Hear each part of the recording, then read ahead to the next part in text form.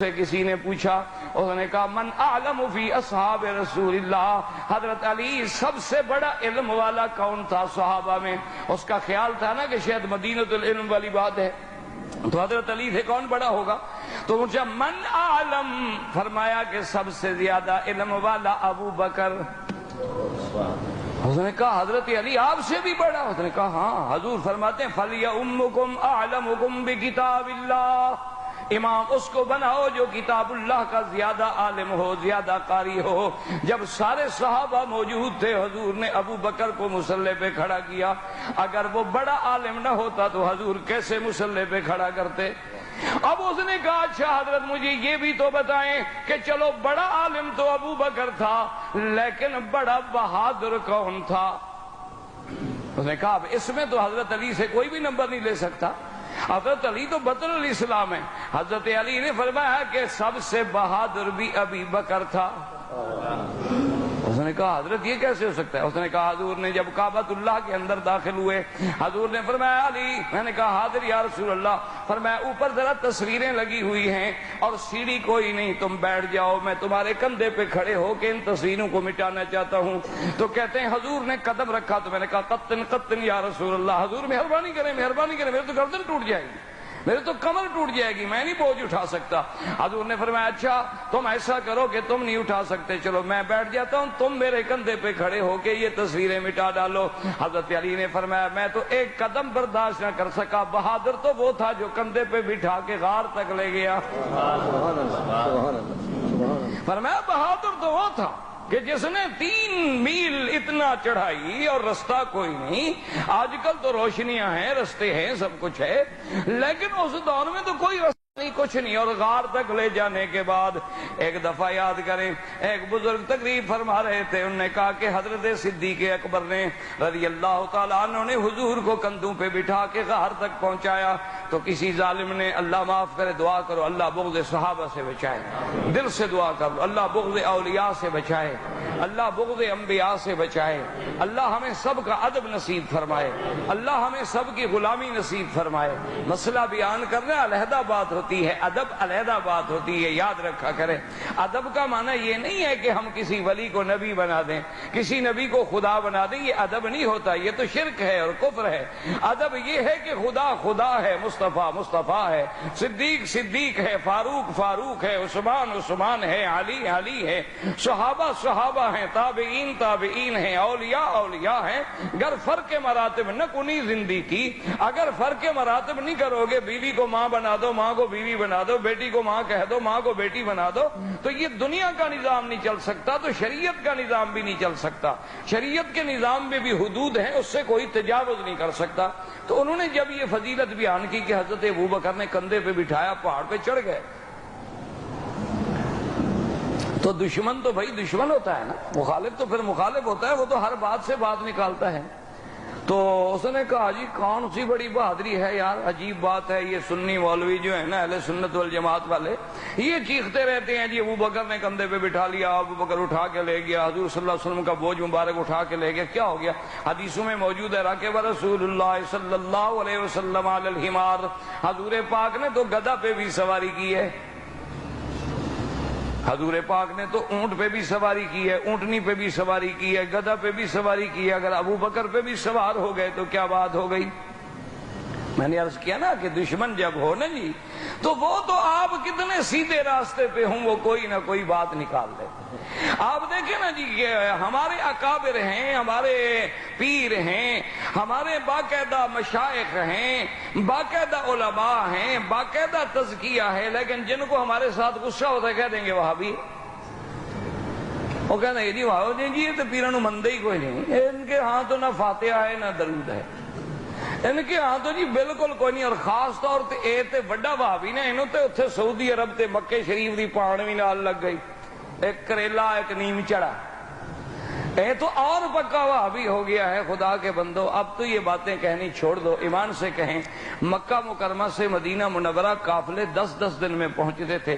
یہ اللہ خادم الحرمین کو جزائے خیر دے, ایسی سڑک بنا دی کہ 4 گھنٹے میں آدمی مدینے پہنچ جاتا ہے.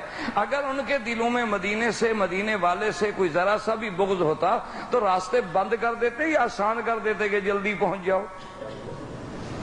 کوئی عقل کی بات کریں. آپ رمضان میں ابھی جا کے دیکھیں ان کی ہر دعا جو ہے حضور کے درود پہ ختم ہوتی ہے کہ نہیں؟ علامہ صاحب بیٹھے ہیں, پوچھ لیں. حنفیوں کے نزدیک تو ایک مسئلہ ہے کہ اگر تشہد میں, اتحیات میں درود شریف بھول گیا انسان ہے, نہیں پڑھ سکا تو نماز ہو جائے گی. لیکن حنابلہ جن کو تم وہابی کہتے ہو, ان کے مسلک میں یہ ہے کہ اگر نماز میں درود نہیں پڑھا تو نماز نہیں ہوگی. اللہ. تو ان کو تم یہ اس لیے دشمن جو ہے نا میرا عزیز, پھر وہ کوئی نہ کوئی بات تو بنا لیتا ہے نا. وہ ایک پیر بزرگ تھے, بہت بڑے اللہ کے ولی تھے, تو بیوی نہیں مانتی تھی. یہ خدا کی قدرت ہے, آدمی کی بیوی نہیں مانتی. آپ کو مانتی ہے بھائی؟ اس میں شرم کی کیا بات ہے یار, بھائی ہو اپنے, کون سے ہم کوئی آسمان سے اترے ہیں, ہم بھی تمہارے بھائی ہیں, ساتھی ہیں. نہیں, آپ کی بیوی مانتی ہے کہ لیڈیز از فرسٹ, وہ آگے چلتی ہے نا, اور آپ ماشاءاللہ. اچھا, جب کنکریاں مارنے کا وقت ہے نا مینا میں, لوگ بڑے مسئلے پوچھتے ہیں مجھ سے مکہ شریف, اور جناب بڑا رش ہوتا ہے تو میں بیوی کی طرف سے کنکریاں مار لوں. میں نے کہا نہیں جی, آپ اپنے مسئلے پہ رہیں, لیڈیز از فرسٹ. اچھا, عورت ہے کتنا سمجھدار, کہتے جی نہیں رش ہے, رش ہے. بازار میں رش کوئی نہیں, میلے پہ رش کوئی نہیں. یہ کرسمس کے دنوں میں جناب کھوے پہ کھوا چل رہا ہے, نہ پتہ لگتا ہے مرد ہے نہ عورت ہے. یہاں کوئی رش نہیں. وہاں مینا میں کن کے نہیں بڑا رش ہے جی, تسی مار دے تاکہ مرے تو شوہر مرے نا میرا, جان چھوٹے جائے ختم ہو تاکہ واپس جاؤں کہوں سبحان اللہ کیا خوش نصیب بیوی ہوں کہ میرا شوہر وہاں دفن ہو گیا اور میں دوسرے نکاح کے لیے واپس پہنچ گئی ہوں تیار. تو اس لیے اندازہ کریں, دشمن تو بات نکال لیتا ہے. اب جناب وہ ولی اللہ جو تھے, یہ میں ایسے نہیں کہہ رہا بیوی نہیں ماں, اس لیے دیکھیں علامہ صاحب سے پوچھنا انشاءاللہ, قاری طیب صاحب سے کبھی پوچھ لینا. اور آپ بھی جانتے ہیں میرے مدنی کو جب نبوت ملی غار میں, نبوت کہاں ملی؟ ہاں جی. اور صدیق کہاں ملا؟ نہیں سمجھ آئی بات؟ میرے مدنی پہ جبریل کہاں اترا؟ تو جبریل آسمان کا وزیر ہے, وہ کہاں ملا؟ غار میں. اور صدیق زمین کا وزیر ہے, یہ کہاں کٹھے ہوا؟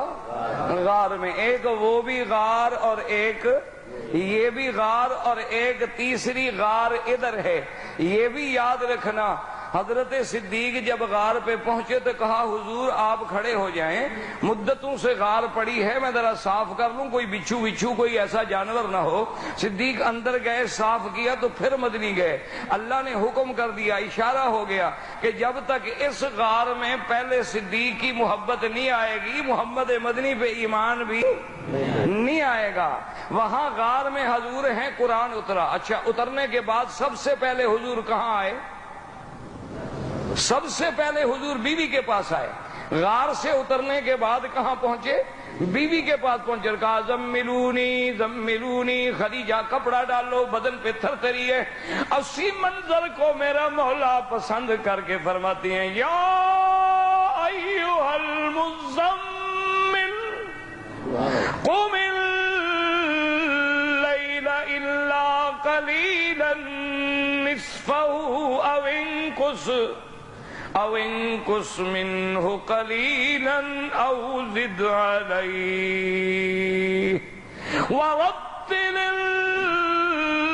القرآن ترتیلا. میرا مدنی پہلے بیوی کے پاس آئے تاکہ سب سے پہلی تصدیق بیوی کرے کہ اس کی تصدیق بڑی مشکل ہوتی ہے, اور جب بیوی پاکی کی گواہ بن جائے تو پھر اس سے بڑا گواہ دنیا میں کوئی نہیں ہوتا. سب سے پہلی تصدیق کرنے والی سیدہ خدیجہ. اور ظالم تو کہتے ہیں اسلام نے عورت کو کوئی مقام نہیں دیا. ذرا غور تو کرے, میرے مدنی کی پہلی گواہ کون ہے؟ سیدہ خدیجہ. پہلے اسلام لانے والی کون ہے؟ سیدہ خدیجہ۔ نبوت کو تسلی دینے والی کون ہے؟ سیدہ خدیجہ۔ برکت ابن نوفل کے پاس لے جا کے تائید کرانے والی کون ہے؟ سیدہ خدیجہ۔ اللہ تبارک و تعالیٰ کے دین اسلام کی عظمت دیکھیں کہ قرآن کی پہلی گواہ بھی عورت، میرے مدنی کی نبوت کی پہلی گواہ بھی عورت، اسلام کی پہلی گواہ بھی عورت، اور آج تک اسلام نے صفا مروہ رکھ کے عورت کو اتنا بلند کر دیا ہے کہ قیامت تک دوڑتے رہو اور عورت اسماعیل کی اماں کی سنت کو یاد کرتے رہو۔ لیکن مشکل یہ ہوتی ہے کہ دشمن کو بات سمجھ نہیں آتی، وہ ہر نیکی میں بھی کوئی برائی نکال لیتا ہے۔ اس لیے جیسے اس نے کہہ دیا کہ جناب کیا ہو گیا، اگر حضور صلی اللہ علیہ وسلم سیدنا صدیق کے کندھے پہ بیٹھے تو کیا ہو گیا، حضور تو اونٹنی پہ بھی بیٹھے، حضور تو گھوڑے پہ بھی بیٹھے، حضور تو گدھا پہ بھی بیٹھے۔ لیکن اللہ اکبر، اس کو جب سمجھایا گیا کہ بات سمجھو، ہم نے کہا ظالم اعتراض کرنے والے تم ٹھیک کہتے ہو، لیکن ہمارے عقیدے کو سمجھ لو کہ حضور جس اونٹنی پہ بیٹھے ہیں وہ ساری اونٹنیوں کی سردار ہے، حضور جس گھوڑے پہ بیٹھے وہ سارے گھوڑوں سے افضل ہے، حضور جس گدھا پہ بیٹھے وہ ساری دنیا کے گدھوں سے افضل ہے، اور حضور جس بندے پہ بیٹھے وہ بندہ بھی ساری دنیا کے بندوں سے افضل ہے۔ اصل بات تو یہ ہے، حضور تو بیٹھے ہیں، اور حضور جس پہاڑ پہ کھڑے ہوں وہ پہاڑ پہاڑوں میں افضل، حضور جس غار میں بیٹھے ہوں وہ غار ساری غاروں سے افضل، حضور صلی اللہ علیہ وسلم جس مسجد میں کھڑے ہوں وہ مقام ساری دنیا سے افضل۔ اس لیے اللہ تبارک و تعالیٰ کی شان دیکھیں کہ یہ شرف کس کو ملا ہے، صرف ابو بکر رضی اللہ تعالیٰ عنہ کو، کہ اللہ فرماتے ہیں الا تنصروہ فقد نصرہ اللہ اذ اخرجہ الذین کفروا ثانی اثنین۔ اب ذرا توجہ کریں، ایک پارٹی ہے نکالنے والی اور ایک پارٹی ہے نکلنے والی۔ نکلنے والے کون ہیں؟ میرا مدنی اور ابو بکر۔ مکے سے کون نکل رہے تھے؟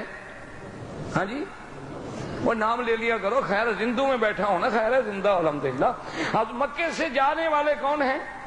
اب سیدنا محمد مصطفیٰ اور ابو بکر، اور نکالنے والے کون ہیں؟ نہیں، نکالنے والے حضور کو مکے سے نکالنے والے کون ہیں؟